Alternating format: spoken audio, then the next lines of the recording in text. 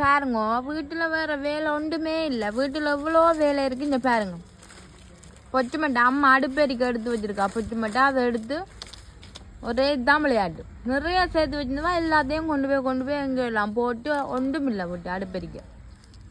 இதான் வேலை. ரோஸு கொண்டு வா பொச்சு மட்டை என்ன கொண்டு வா என்ன கொண்டு வாடி சரி. ஐயோ தா ஐயோ மரியாதை தா பொச்சு மட்டைய. பார்த்தீங்களோ என்ன கடிக்க வர முடியும் பார்த்தீங்களோ.